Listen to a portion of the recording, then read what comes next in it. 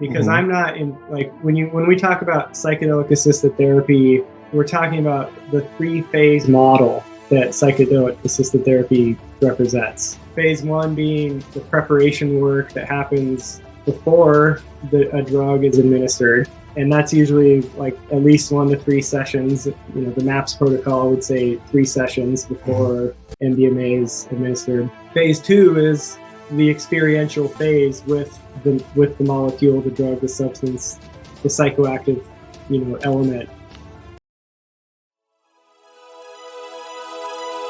Behavioral Health Integrations podcast strives to inspire the next generation of mental health and addiction specialists.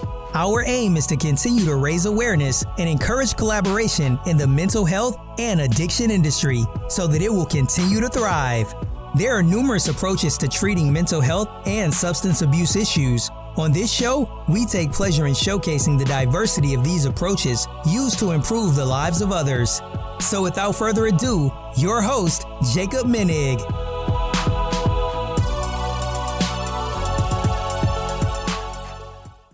What is up, everyone? This is Jacob Menig, host of the Behavioral Health Integration Podcast.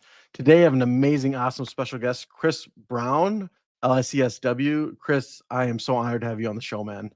Thanks. I'm glad to be here. Yes. This is fun. So is this your first podcast or first live one? First live one. Nice. Yeah. Well, it's going to be a fun show. Looking forward to it.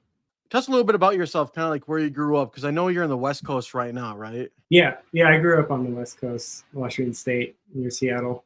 So I'm trying to think. I got to look at your profile a little bit before. So obviously you grew up and went to high school there. And as you are a former Marine, just initially, like, what really motivated you to get in the military and then the Marines? There are a few reasons. 9/11 happened when I think I was a junior in high school. I was in that stage of figuring out what am I going to do with my life once I get out of school. A lot of my peers were looking at colleges, and being a first generation college student, I didn't really have a frame of reference for what that meant, or I honestly didn't have much interest at the time in going down that route. There was some family history of like military service, and so that pulled on me a little bit. And also getting the feeling that like I should probably leave my hometown in order to like grow into the adult that I want to be. I didn't see a whole lot of, I guess, opportunity if I would have stuck around there. All of these different factors were kind of playing at the same time, which led me to joining the Marine Corps. And I served for 4 years, from 2004 to 2008. During those 4 years, I was an infantry guy, and I deployed 3 times to Iraq and Afghanistan. I was wounded on one of those deployments. And so, as you could imagine, I was pretty worn out after those 4 years, and transitioned back home and realized like I've got some mental health issues I need to deal with pretty quickly after that. Again, I just want to say too, thank you so much for your service. Greatly Thanks. honored and appreciated. Yeah, thank you.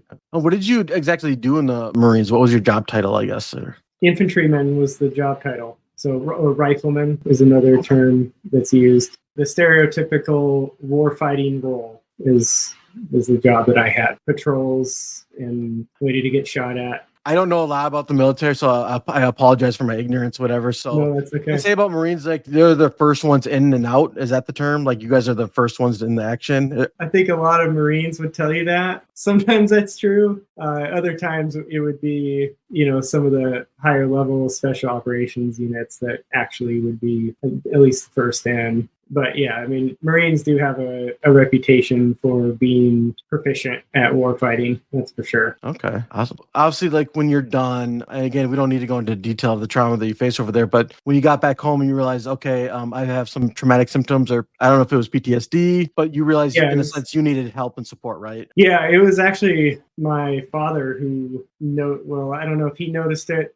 It was probably several family members who noticed it together, but he's the one who came and talked to me about it. And it was really cool because he used his own experience when he was in the Navy dealing with anger issues, and, explained that he went and talked to somebody about it and really helped out. And I didn't really know it at the time, but he was providing peer support for me in a way that I really needed at the time.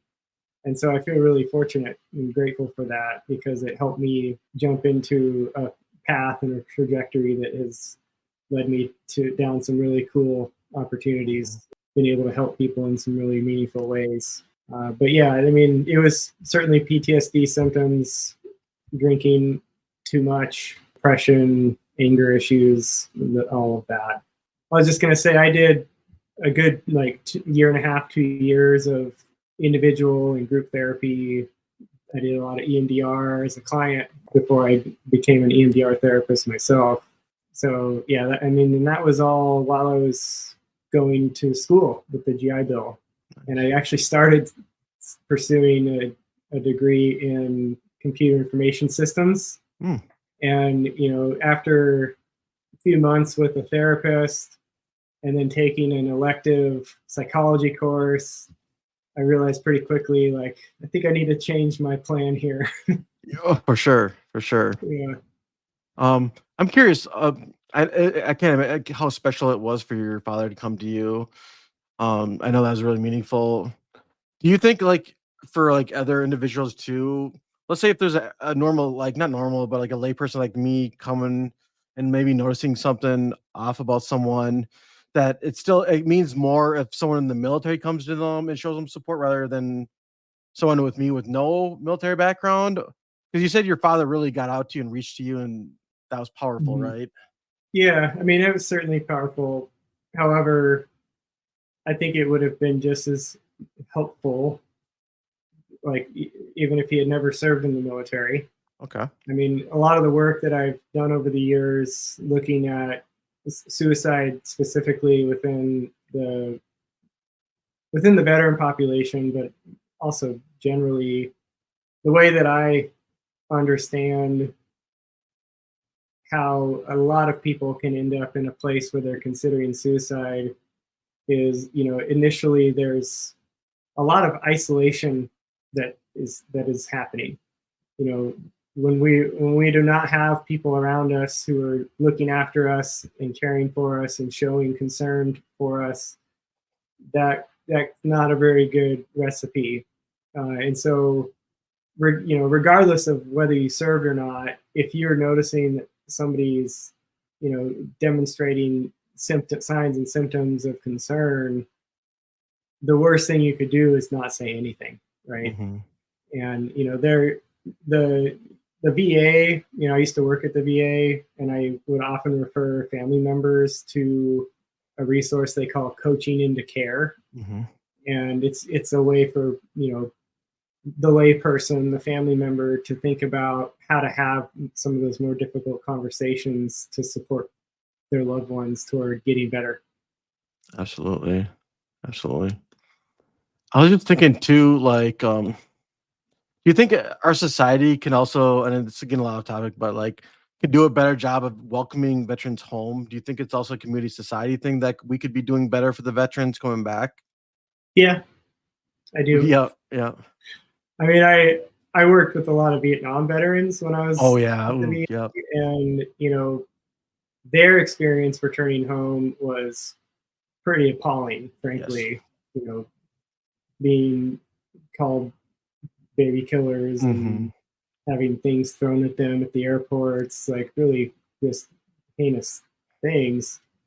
And while most of the post 9/11 generation hasn't experienced that, I think what's often experienced is apathy. In some ways is I wouldn't say better or worse, but problematic on its own. Mm-hmm. And one of the things that I did when I was just leaving undergrad was start a nonprofit where veterans and civilians could come together, work together on a small farm. And we developed a peer support training out of that we would, historically, the training has been going on for 8 to 10 years now. And we've had about a 50% civilian to veteran ratio for most of our trainings. Mm-hmm. And it's always so cool for both sides to see whatever stigma they thought was there, all of that just kind of goes away when you realize we're all humans trying to go through this life on this journey as best we can, Mm-hmm. and realize that, like, regardless of whether you went to combat or grew up in a certain neighborhood or had a certain family member that caused issues, like, we all have our shit that we deal with. Right. And normalizing that universal human experience of struggle and pain, and realizing that you're not alone in that. Again, regardless of military service or status, it goes a long way. Mm-hmm. I still have this dream of doing like a treatment center related thing where like veterans can like come, and again, I don't know how long the treatment center would be or whatever, but it would be up north, like in the woods, combining like meditation, mindfulness, wilderness therapy. And I just feel like that's a lot that they could resonate with. And Yeah, that'd be cool. it's just a dream of mine. I mean, I don't know how I'm ever going to do it, but I think it would be really cool. Yeah, there's a lot of outdoor recreation type kind of small nonprofits that exist around the country doing work like that. Mm-hmm. I think there's less that are pairing more like thought out therapies with licensed professionals. I know there are a few, but less than, the more general, like, let's get outdoors and spend some time together. Mm-hmm. But even those are meaningful and helpful for folks. Oh, absolutely. Yeah. So going back to you're in college now, right? You were thinking about computer science, right? Or computer Information systems, a Okay. lot of like networking and things like that. Understanding how computers talk to each other. Okay, wow. I took like a year of classes in that before I switched Yep. to focusing on mental health. So was that your undergrad then? Well, so that would have been working in toward like an associate's level degree. Okay. But I switched just in time to where Nice. all of those courses counted now toward what would have been an elective, and all the other classes I took toward undergrad counted toward my ultimate degree, which was a human services degree with a psychology minor. Okay. And for folks who don't know, human services is very similar to social work. Absolutely. So could you tell me, when you made that switch or that flip or whatnot, did you know right away, hey, I'm going to be a therapist? Like, that's what I want to do, and that's it? Was it kind of like that? Or I remember looking at the business card of I looked through the business cards of all the therapists that were working at the VA clinic that I was going to, and seeing these letters behind their name and thinking like, oh, what does that mean? I don't recognize these letters. And then, doing some research and realizing like, oh, this is like master's degree. How many years would that take? 1, 2. Oh, that might work. Yeah. And so kind of like connected the dots and realized like, oh, that's a track that actually feels attainable if I play my cards right. And so, yeah, I mean, my dream job goal was to like work at a clinic like that, because I wanted to be able to pay it forward the way that I was helped. I wanted to be able to help other people. And that was about as far as my vision went up until like 2 years ago. Gotcha. it all kind of opened up again. That's so cool. So obviously, there's a social work program in your area. Then you went to the social work program, graduated. Yeah, so I got into the master's in social work program at the University of Washington and was able to do their extended degree program. It took me 3 years instead of the typical 2, but it allowed me to continue working full time on the nonprofit that I had developed. And Very so cool. I was able to do both until I graduated. And then when I graduated, I had to, make the decision to leave the nonprofit in order to pursue licensure hours. And at the time in my state with my discipline, that was a 3-year, 4,000 hour minimum. Same with which us. was like really daunting. If you look at my past episodes, you'll hear me gripe about that a lot. Yeah, well, I actually discovered, because I'm supervising now, and our state changed that requirement not too long Really? ago. It's now 3,000 hours. And How did you guys do it? I think 2 years. I don't know how they did it, but it's now in state law. So God, we gotta do I'm that. kind of jealous of the folks who are dealing with that yeah. now. They get to do it in a year shorter than I did. Okay, so people, I've been really coming to terms with this. My anger is not towards to all my audience members out there. It's not supervision. Supervision in general is great. I still do it from time to time, consultation. What I'm saying, they make you do a lot to get licensed. And for me, I think of like license is a good chance to make some money in this, like a career, make enough money to live off of. That's how I kind of look at it, people. So if you ever misunderstood what I was trying to say, it's good, but they make us do too much to get licensed. And then It's once a you get lot. licensed, you can make a good living. Yeah. Not, a chance to have a good living. I mean, if you add the years of schooling and then work toward licensure, it's a decade. I mean, it was a decade for me. It was 10 years. I got 6 figures in student loans. So it's just, that aspect of it too, Mm-hmm. I was lucky with the GI Bill. I mean, I paid for it in other ways. Right. My mind and my body and all the crap I endured in the military. But I'm very fortunate to not have to deal with student loans. But you're again an inspiration to a lot of people, going through this, where they can look at your story and just have something to believe in. So like, I think that's just very powerful in itself. And thanks. I would hope that some people could hear what I've done and be inspired by that.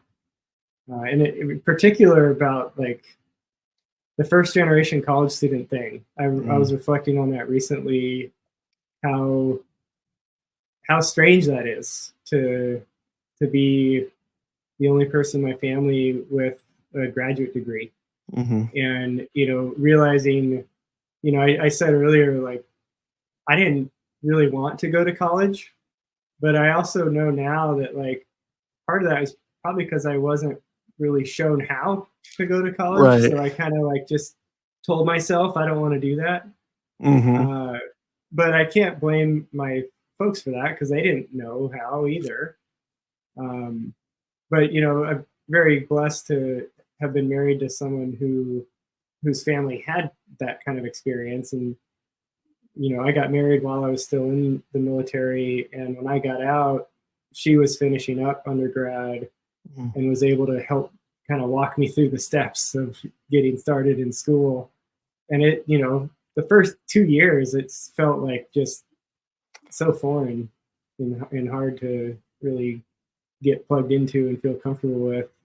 But once I kind of got more comfortable, everything started to feel like it made sense finally. Where did you and your wife meet? We actually knew each other growing up in high school. Oh, nice. We worked at the same retirement center in high school. Super cool. We were friends back then, and then started dating while I was in the military. Nice. So you knew her family for a while now. Oh yeah, I mean, at this point, her and I are hanging with the old folks at the weddings when they say like, well, if you've been married for this long, step off the dance floor. Oh. We're still there for a little while longer. Awesome. Yeah. All right. So I'm thinking, okay, so you graduate, right? And obviously you partake in EMDR therapy, and through your experience with your therapist, that really motivated you to eventually, again, now that I'm trained, and now I have a better understanding of the process. So people, when you first do EMDR, you're not certified, even though it's kind of weird. You think you're trained like me, but then like Chris, you're certified, which does not happen right away, right, Chris? Correct. Yeah. So the language is right. Like, you get the basic training, they call it, levels 1 and 2. You're now an EMDR trained therapist. And in order to become a certified EMDR therapist, you have to, you have to have done EMDR with a minimum amount of clients. You have to have done consultation of EMDR with an approved consultant, and you have to have, checked the boxes for additional continuing education units focused on EMDR. So once you've got all that completed, and the consultation is a minimum of 20 hours with a consultant, and I can't remember off the top of my head how many client hours you have to have, but it's enough to make sure that, like, you've been doing EMDR a while, and EMDRIA, the agency that does these certifications, they're more comfortable saying that you're certified by them at that point. And some people might think, oh, that's too much, where this or that. It's like, no, because like, I don't know if you ever heard of this. They some people, not in a negative way, but call EMDR fad. Like, it's the fad for like the past 5 years because it's the new awesome trauma intervention, even though it's been around since the 80s, I think, right? 89, I think, is when Francine Shapiro first thought of it. And just telling Early everyone out 90s. there, which scares the hell out of me, that there's therapists doing that who are not even EMDR trained. I guess the point being is that you really need to know what you're doing, or else you could really hurt someone mentally and emotionally. Would you agree, Chris, or anything to add to that? Yes. Yeah, absolutely. I mean, it's a very specific approach. It's a very powerful approach, and in the wrong hands can activate a lot of difficult experiencing for the client, that if you're not equipped to know how to, manage or navigate or support somebody through, could yes, cause quite a bit of harm. Well, just about me, Chris, I got messed up during training off of that. I don't know if you knew anybody, Oh, really? but like when EMDR was done to me, after the first weekend, because there was like 2 weekend trainings, my head was not right for like 4 days. So that's why I'm saying, people, like, I'm a licensed therapist, and it was done on me, and I was not in a good place. A lot of anger, a lot of emotions coming up. So what I'm saying is, you need to be really careful. Not saying I'm better than anyone, but you look at me like I'm a licensed therapist with coping skills, and that still messed me up. Yeah. Well, in that 4 days you mentioned, Oof. a good EMDR therapist would know, and often I will tell clients, especially the first few sessions they're doing with me, at the end of the session, I'll remind them, like, hey, you may have what we call continued processing. And if that happens, what it looks like is thoughts, feelings, emotions that are related to what we looked at today. It might persist for the next couple of days, but usually it peters out over, at the most 72 to 96 hours, like 3 or 4 days. And it's normal. That can be part of this process. So if it happens, just know you're not going crazy. It's okay. Report back to me what you notice, and we'll continue with it when we meet next. People, listen to Chris. Listen to Chris right now. Shout out to my train. That was not told to me. I love the training I did. Nothing against. That warning was not told to me, and it caught me off guard. So please listen to Chris. This is so true. Yeah, it is. But I mean, I don't know what training you did. You probably shouldn't say it on air, but what I just described is not necessarily conducive to a follow. Like, you can't really do that kind of follow up in a training context. But it would have been nice to have known that. It catches you off guard. Yeah. Oh. Yeah, and I mean, that's why I say it to every client, because if you don't, they don't know, you may not know how to make sense of what you're experiencing after an EMDR session. And it could be really easy to talk yourself out of continuing with the therapy. But, that saying, you've got to feel it in order to heal it, it definitely rings true with EMDR. And if you can normalize it as, like, this is part of this process. I'm never going to promise this is going to be an easy thing for you to do, but it is going to make your life easier once you get through it. And so, like, let's try to do this in as safe a container as we can. You might think this is kind of interesting, but I don't know if my bad experience like helped me or hindered me. But when I started doing EMDR to my clients, I think I might have been overly protective of them because Mm. right after I did, I'm like, if you feel any strong emotions, use your coping tools, use A, B, C. But I'm starting to think in my head, like, it's like, dude, Jake, stop. You're gonna like scare them now about how protective you're being. You might be freaking them out now. So just pull back a little bit. I don't know It if you can get take what a I while mean. to find the, you know, the language, the Yep. sentiment that fits for your style, and you know, allows the client to continue with the process. That takes time and kind of experimentation. We have our So first don't beat yourself up about I know, I know, but I was like, it's like, Jake, just relax. You could be scaring them. it. We have our first comment here. It is, if you want to read that, Daniela. Can you see that, Chris? Yeah. Training that I was practicing and me became too nervous and didn't Oh Oof. yeah, that could be tough. Not a good experience. Oh, maybe that. Oh no. So she didn't want to finish it. So See, the mine was trainee. telehealth. Yeah, Oh, you did your training over telehealth? I did. I'm not. I'm assuming she did hers in person. I think. Interesting. Probably. A lot of most of them I think still are in person. But so the trainee was too nervous, didn't want to finish. Yeah, that just makes me wonder about, you know, like the trainee therapists, like if there was transference going on and they couldn't hold that therapeutic space. Mhm. I mean, if that is the case, then it certainly is a nod to the importance of us as therapists doing our own healing work before we can, you know, hold this kind of more vulnerable, deep space for Mhm. the clients that we work with. I don't know if that was the case or not with Daniela's example, but I certainly can feel the pain of that not being a good experience. Well, I'll tell you what happened in my experience. I don't know if it had anything to do with me, but as any EMDR therapist, you know, like SUDS is like the distress scale. Yeah. And through the treatment planning, obviously there's like the 3 goals or 3 avenues you will go down. I know the lead therapist said, "Do not pick any side above a 6 or a 7 when you do your processing for the first time." Oh, for the Okay. trading. So I had a thought, but I'm thinking, "Wait, this side is bigger than a 6." So my coach trainer and I were talking in the group, and I'm like, "Oh, yeah, I guess she said no." He's like, "Oh, no, you're fine. Just do yours. It's fine. I think they'll be really good for you."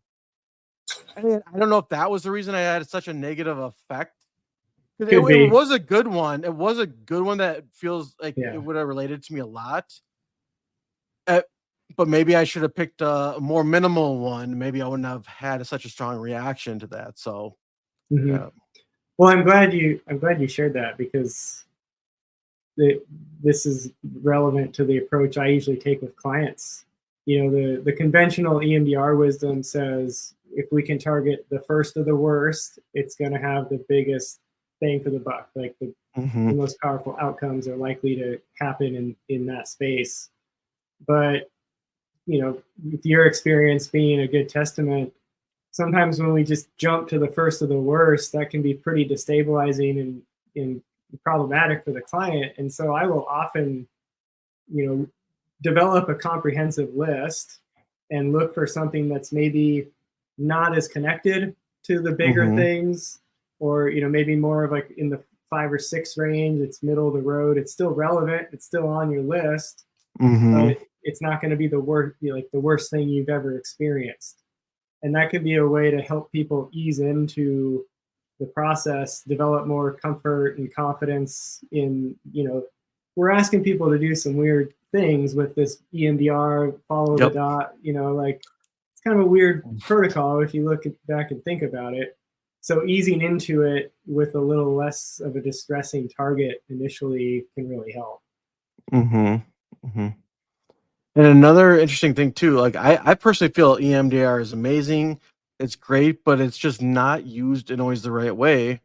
Where I mean, I'll talk to a lot of people for like consultations, and they always tell me, "Oh, I see your EMDR, but I've done EMDR and I had a horrible experience." And I just remember this one time doing this consultation with this woman.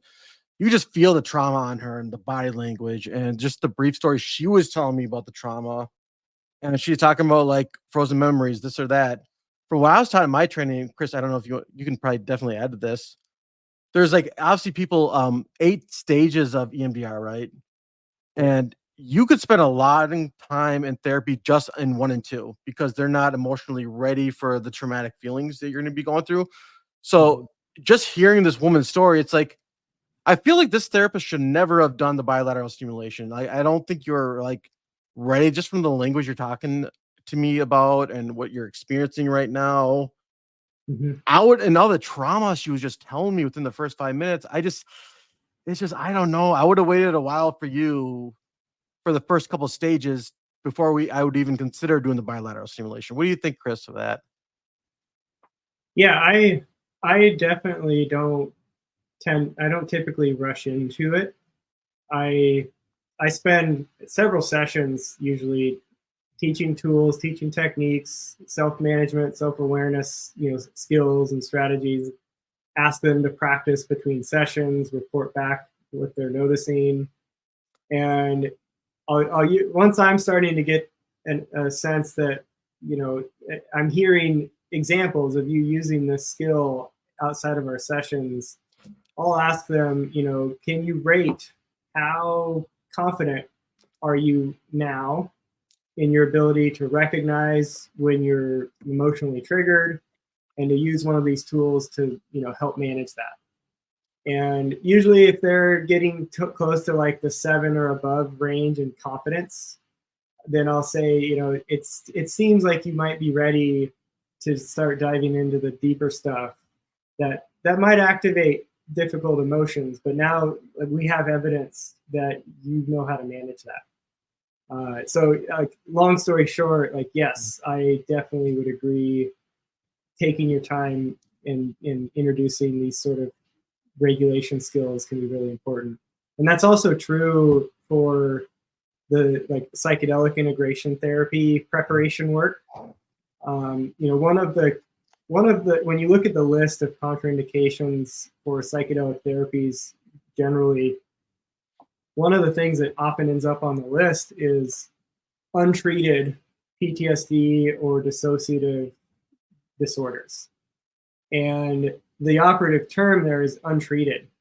And it really is kind of alluding to this. Like if you don't have the skills and the awareness and the strategies and tools in place to manage hard emotions when they happen, signing up for an experience that might, alter your state of consciousness to the degree that could be very triggering and destabilizing, you're not really setting up for success. And so, for therapists that might be working with clients who are planning to, go pursue a round of ketamine treatments, or, in Washington, we're so close to Oregon. Like if somebody's planning on going down to Oregon for a psilocybin service center experience, like if there are those symptoms that are unregulated, a really ethical harm reduction approach that we can take is teaching these skills and techniques before they might go and do that. So there is quite a bit of overlap between the way that EMDR therapists think about things and the way that psychedelic integration therapists would think about things.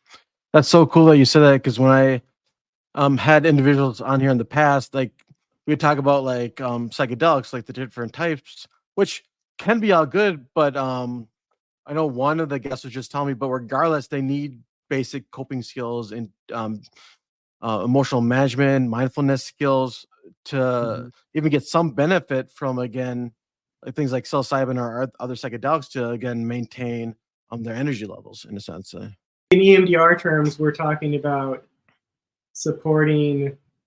helping someone stay in that window of tolerance. Yes. Where, we can tolerate a certain degree of distress in order to sit in that space, process, resolve, and ultimately, hopefully, heal from it. But we have to create some window in order to get there. And a lot of times these tools and techniques is exactly what people need to make that happen.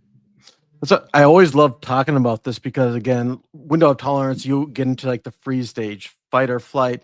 And even in like one-on-one therapy, when individuals are in that stage, again, there's some different ways you can maybe tell just from their language, their body language, how they're kind of reacting. If they're in those stages, therapy in that sense does no good, right? Because again, when they're in fight, flight, or freeze mode, they can't really like comprehend what you're saying in the moment, right? As well. Yeah, I mean, that would be neuroscience studies that have looked at this, but I would imagine it would be difficult for the brain to be able to like internalize or integrate new ways of thinking or perceiving when it's in a fight or flight mode. I mean, from everything I've seen and understand about fight or flight state, there's not a whole lot of like capacity for that kind of like considering and processing and reconciling for creating those adaptive changes. There's just not much capacity there when someone's in that state. So I would agree with that. I can't cite studies to support it, but anecdotally, I would certainly agree with that. Absolutely. I forgot to ask you, so for all of you that didn't know, Chris is also MAPS certified. MAPS certification is like EMDR, right? So there's MAPS trained. So I've taken the training in MDMA assisted therapy, and the last time I checked, what they told us in the training is once you have participated in one of these FDA approved trials with a client, then you can submit an application for the certificate.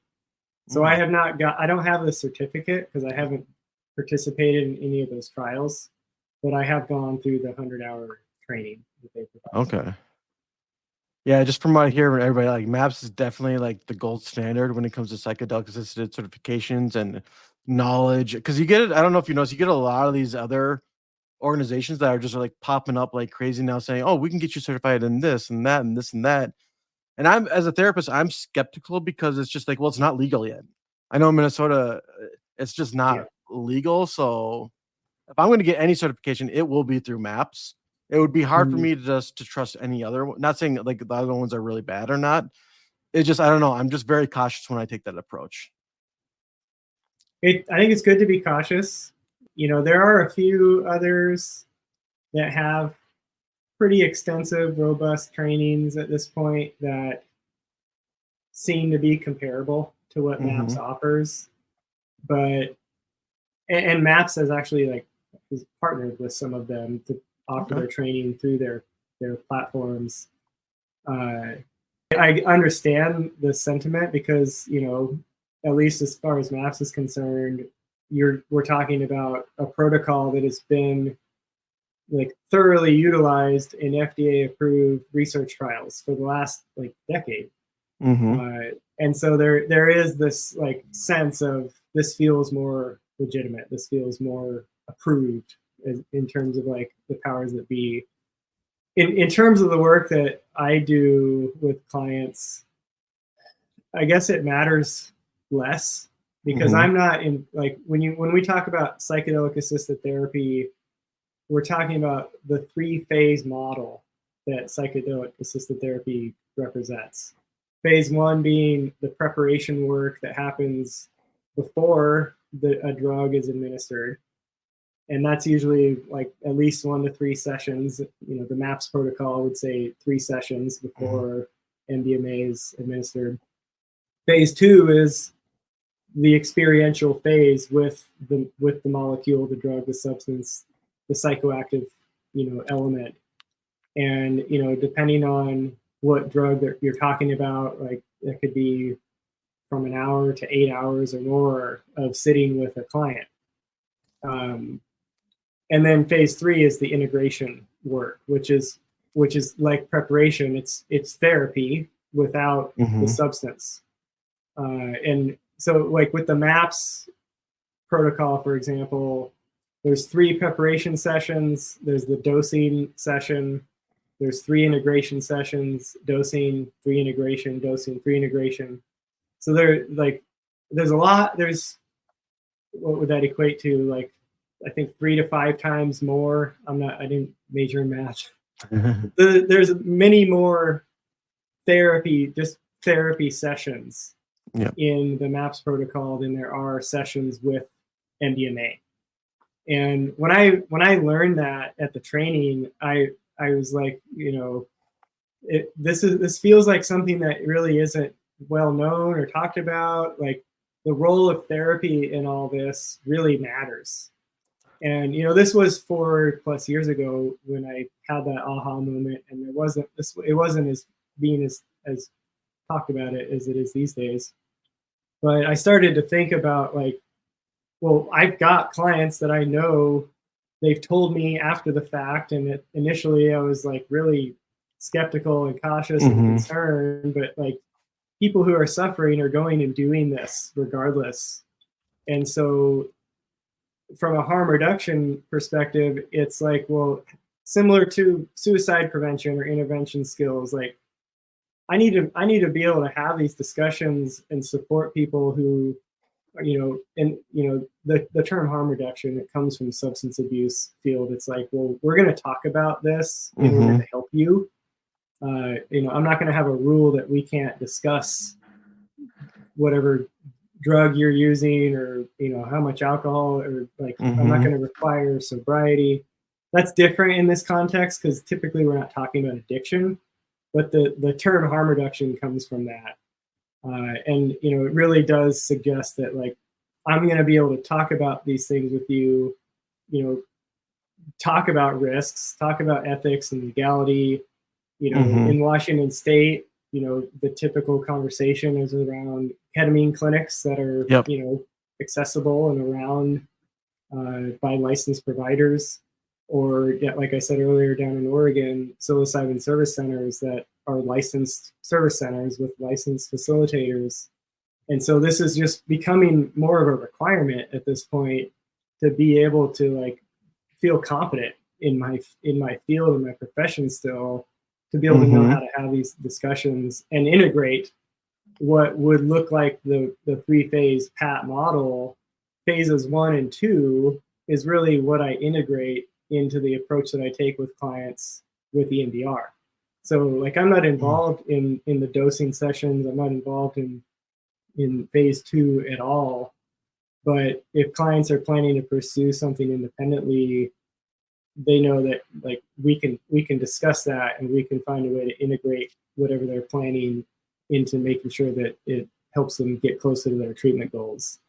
We have actually another question from Daniela again. I'll put that up.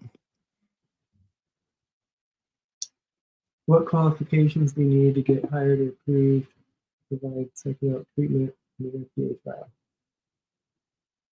So I can't speak authoritatively on that question, but from what I think I know, is it depends on the trial itself and the investigative body that's leading it. So, like, with the MAPS MDMA assisted therapy trial, you would need to have taken the MAPS MDMA assisted therapy training.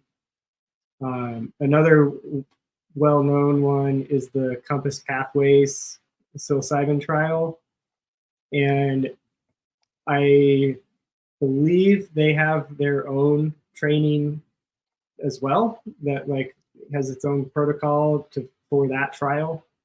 I assume that's probably the case for any FDA trial that's going on, that is incorporating the drug and the therapy. But that would, in order to know for sure, you'd have to reach out to the research investigators. Well said. And this I think would be a good time to get to this part of the interview where it's just like, you help therapists like myself who do want to do the service and integrate. Can you, or would you like to explain a little bit about that process? Like, let's say if I come into your office and be like, hey, Chris, can you really help me out? What process would that be? Or what would it look like in a way? Yeah, so, You're in my office. I do. Nice. I work remotely, so it's all remote meetings. But there's a couple options. I mean, I have a free newsletter, and if folks sign up, they get, I think, 8 to 10 emails over the course of a few weeks that talk about different things to consider, different topics, in this integration therapy space. And if folks want to start getting a little closer to incorporate it into the work that they do with clients, in terms of ethics and, considering what most licensing boards would want to see or consider is, have you consulted with other professionals if you're starting to kind of get on the edge of your scope of competency? That people want to see, and you should. I mean, I'm a huge advocate for consultation, having gone through all the EMDR consultation that I've done and continue to lead EMDR consultation groups. Like, I see the merits of ongoing consultation. And so I think licensing boards are right to expect that. But it's especially important if you're considering doing something outside of your normal scope of competency. And so I have a consultation group that therapists could subscribe to, and it basically grants access to weekly and biweekly sessions. At this point, we've got, I think, a dozen or so recorded subject matter expert presentations. We have a subject matter expert come in once a month to help us understand a specific area related to this work. Sometimes attorneys, sometimes other clinicians. We had a marketing person. So that's what the consultation group looks like. And I also have an ethics due diligence paper on my website that I did before I started any of this. I did it for myself, but I'm sharing it with others. It's something that they might use to think about, like, how can I find that sweet spot between the work I want to do with clients and what I need to make sure I'm doing to maintain my licensure and not risk losing my license. And then, kind of, it's like an annotated review of state law and national standards for me, it was clinical social work, and kind of annotating and articulating with anything that I found that was relevant, how the approach that I take is not like in conflict with any of that.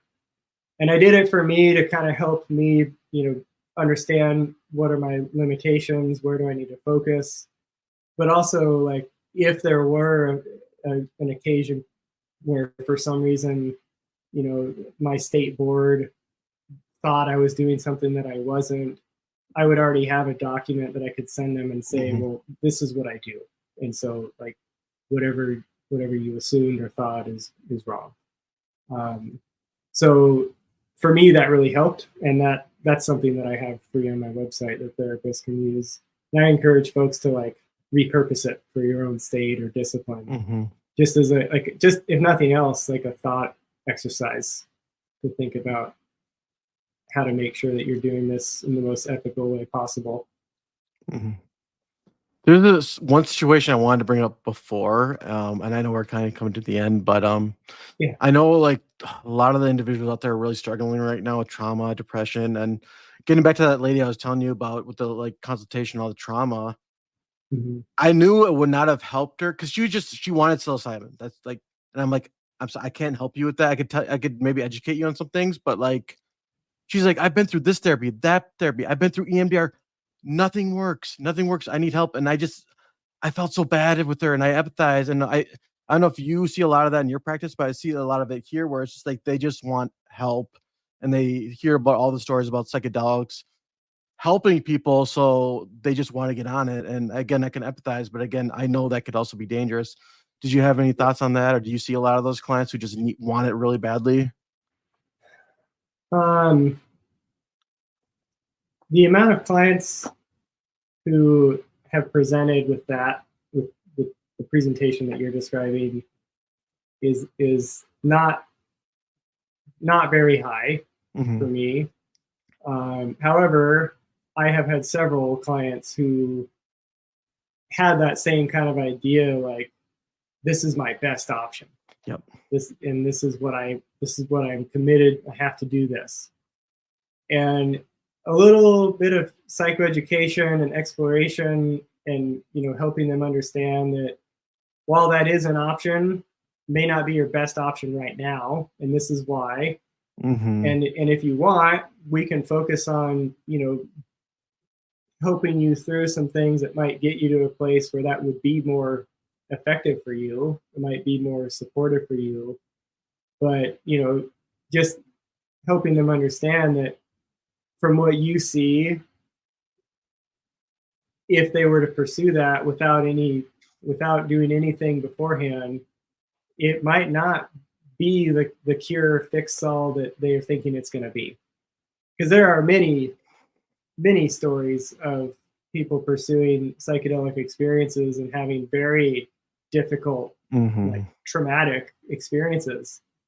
And I've got, I'm on the international work group for psychedelic assisted EMDR, and my colleagues in the UK, they're focusing on using EMDR for helping people process a traumatic psychedelic experience. And even to some cases that they've shared with me, like, to the degree of, like, psychosis type symptoms, doing some EMDR to process the conditions under a psychedelic experience that led to that can help, like, get those symptoms resolved.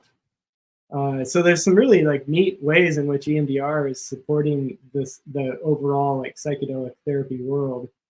And in my opinion, the way that I think of it is integration is multifaceted, because we can use EMDR to, like I just said, like, process or resolve a difficult psychedelic experience. We can also use it to support and strengthen a good outcome. Like, if somebody had really profound insights or developed a deeper level of, like, strength and internal resources, we can use EMDR to strengthen that. You probably heard about resource development installation or feature templates. We can use tools like that to support integration. And sometimes people realize in a psychedelic journey that they've got some unresolved stuff that they need to work on, and EMDR is perfect for that. So, like, that's how I think about EMDR for the integration side. And then on the preparation end, beforehand, with clients who are, like, really, like, just keyed up, with PTSD, hypervigilant, just really quick to irritability or reactivity, doing some EMDR, just basic protocol stuff on intentional targets that might help reduce some of that intensity, that can really support them before going into a psychedelic journey as well. And that goes back into, like, the harm reduction, assessing risk, talking about, what can I do to help you if you're going to go do this anyway? I can't stop you, but like, let's try to make this as meaningful as we can, because you do have treatment goals that I'm here to support. Yeah. And God, like, when I say this, like, I don't want it to come off as I'm bashing other EMDR therapists, but from your point, from the traumatic story she was telling me, and just, her impulsiveness, her body language and her impulsiveness, is just like, I'm not surprised you don't remember a lot of stuff. I'm not surprised that you can understand frozen memories or trauma memories, or, because it seems like from what you're telling me, you were out of your window of tolerance while they were doing the bilateral. So it would not surprise me that you weren't getting much out of it, because I feel like you might have been moved along too fast. Again, I don't know that. I'm not trying to bash another therapist, but that's just what I was getting from her. Yeah. For a client like that, I might consider recommending pursuing DBT therapy to really spend a lot of time on those skills, the self-reflection, self-awareness, there's a lot of great DBT skills that people can learn that can support being prepared for something like EMDR. And I'm not a DBT person, so it would be like a referral, and then if you want to pursue EMDR later, once you've done that, like re-engage and let's talk about that. I did a lot of that when I was at the VA, and I've done that occasionally in private practice too. And it always works out pretty well when the client goes and does that and comes back. Excellent example of coordination of care too. That's great example. Well, it's again, Chris, mental health stuff. Like, there's no quick fix. No, it's important to normalize that.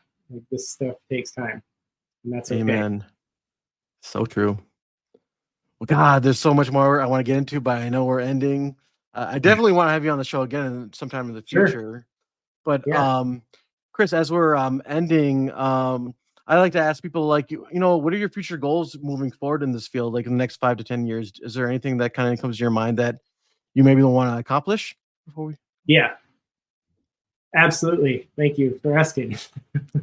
Yeah. I've been putting a lot of thought into this over the last 6 months or so. Perfect. So I'm currently trying to figure out how to marry these different ideas and observations I've been making, which are, there are a lot of really skilled EMDR therapists out there who are interested in or want to know more about or should know more about how to use EMDR to support special applications like psychedelic integration. Something else I've spent some time with is EMDR for performance enhancement, pain management, feeling state addictions. And all of these niche areas happen to be areas of interest or usefulness for several communities, but the one that I'm starting to focus more on is the first responder community. And one of the reasons I'm really becoming more passionate in serving the first responder community is I've had, over the years, several clients who were first responders, a lot of them previously at the VA who were also veterans, but, more recently, even non-military veterans who are first responders. And I've seen a lot of overlap in, the culture, the symptoms, the way that it manifests in terms of work and relationships. And the first responder community it almost feels like it's where the veteran community was when I first got out. Like there's not as much support available. The VA is the largest healthcare institution in the world, right? And there's a lot of resources that veterans have through the VA and the tens of thousands of veteran-focused nonprofits that exist. The first responder community does not have all that. But in my region, at least, a few agencies are really starting to focus on how can they, offer some of these more like hard to access, but more advanced and specific treatment options for their first responders. And, I've been having conversations with them about ways that I can support them in those goals. And so it's starting to look like a really great opportunity to sort of honor the role that therapists play, the EMDR therapists play in, supporting people with this very focused special skill set, and honor the role that first responders play in our society and kind of connecting the two to create really meaningful therapeutic outcomes. So that's like 10 years from now, I hope that I have an agency built where that is happening ideally all across the country. We're going to be starting here in Washington, but I've already communicated with therapists and agencies in other states that would love to see that too. I would love to see that. Yeah. Let's do it. Definitely. Anything I could do to support you, I'm going to do, man. Cool. I appreciate it. No, that's a beautiful thing. And before we end things, if any of my audience members want to get a hold of you, message you, communicate with you, what's the Yeah. best way? Or do you have a website, email they could use? Yeah, LinkedIn is easiest, or they can go on my website and find me that way as well. Excellent. Yeah, and And sorry, the website is peakpsychotherapy.co. So CO without the M. Peakpsychotherapy.co. and for all my audience members, I will get all the information on my show notes and a link, so it'll be one click away when you want to contact Chris. So awesome. Thank you so again, much, man. David. Oh, I had so much fun, and I'm definitely gonna have you on again sometime Yeah, for soon. sure. And just thank you so much. I really appreciate it. Likewise. Thank you. I again want to thank Chris for being on the show. He was an awesome and amazing special guest. I just want to thank all of my listeners for your support, and just to inform everyone that the information expressed in this episode was not meant to be taken as therapeutic advice. If you do find yourself struggling with any type of mental health or addiction issues, please seek the care of a medical doctor or a licensed mental health therapist. And if anyone has any further questions for me, you can reach me at my email address, behaviorhealthintegration121@gmail.com. You can also find me on LinkedIn at Jacob Minig, where you will find more educational posts on psychotherapy, trauma, and addiction. And finally, you can follow me on my website, which is behaviorhealthintegration.org. I also want to inform everyone that there is a great new device out there called Comigo. It's a breathing device meant to control and manage your breathing rates and the depth of your breathing as you inhale and exhale to again help relieve any type of anxiety and stress-like symptoms. And if you do put the BHI podcast into the promo code, you get $30 off this amazing device. It is a once-in-a-lifetime deal, and you will not be disappointed. All right, everyone, until next time, have a good day. Bye.